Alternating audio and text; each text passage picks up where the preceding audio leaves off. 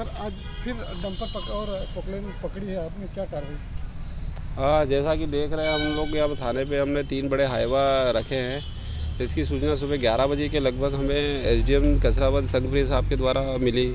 उनको कहीं मुखबिर से सूचना मिली कि जो कसरावद से 3 किलोमीटर दूर अरिहंत नगर के आसपास 3 हाइवा खड़े हैं। तो उन्होंने मुझे सूचना दी, जब मैं तत्काल वहाँ से मेरी टीम को भेजा और एसडीएम साहब के कुछ लोग भी साथ में थे। हम लोगों ने जाके वहाँ पर दिखवाया तो उसमें रॉयल्टी तो थी, गुजरात की थी, पर वो बहुत ही कम थी और भार क्षमता से अधिक थी।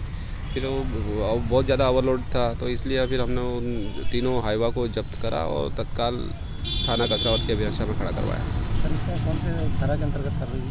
उसमें खनिज नियम 2022 के तहत इसमें ओवरलोडिंग भारत क्षमता से अधिक पे कार्रवाई की जाएगी। सर निश्चित ही जिस गति से आप काम कर रहे हैं या जिस रोज़ ही एक कार्रवाई हो रही है, उसके बावजूद भी ये जो सिलसिला थमने का नाम नहीं ले रहा है, तो निश्चित इस पर कोई बड़े लोगों का हाथ है, क्योंकि इनके अंदर जो भय पैदा होना चाहिए वो दिखाई नहीं दे रहा। नहीं, ऐसा इसमें ऐसा नहीं है। बड़े लोगों का एक ये क्षेत्र है निमाड़ में, यहाँ पर एक माफिया की तरह काम तो नहीं होता है, पर चूँकि यहाँ पर बड़ी जगह है खरगोन और प्रधानमंत्री आवास योजना और उनके छोटे छोटे लोगों को रिक्वायरमेंट है, क्योंकि निर्माण काम तो कभी रुकता नहीं है और अभी पूरे मध्य प्रदेश में रेत खनन बंद है, तो कहीं छुटपुट कहीं चलता रहता है और कार्रवाई करते रहते हैं और भय तो है यहाँ पर।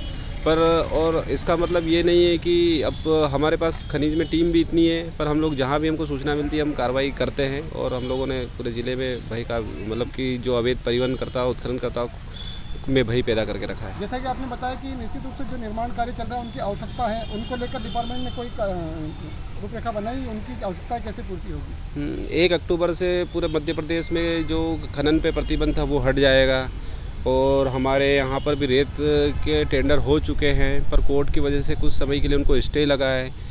और जो हमारे यहाँ पर ज़िले में अलग अलग जगह रास्ता जो स्टॉक थे उसे हमारे द्वारा नीलाम कर दिया है और संभवतः वो अगर पैसा इस हफ्ते जमा कर देता है तो इसी हफ्ते हमारे यहाँ पर रॉयल्टी चालू हो जाएगी, तो जिससे मतलब कि जो ये अवैध उत्खनन पे भी अंकुश परिवहन पे भी अंकुश लगेगा और इनको जिनको नीड है रेत की उनको आसानी से रेत अवेलेबल हो जाएगी। खबरों के लिए सब्सक्राइब करें JSR टाइम्स और साथ ही नोटिफिकेशन पाने के लिए बेल आइकन को दबाएं।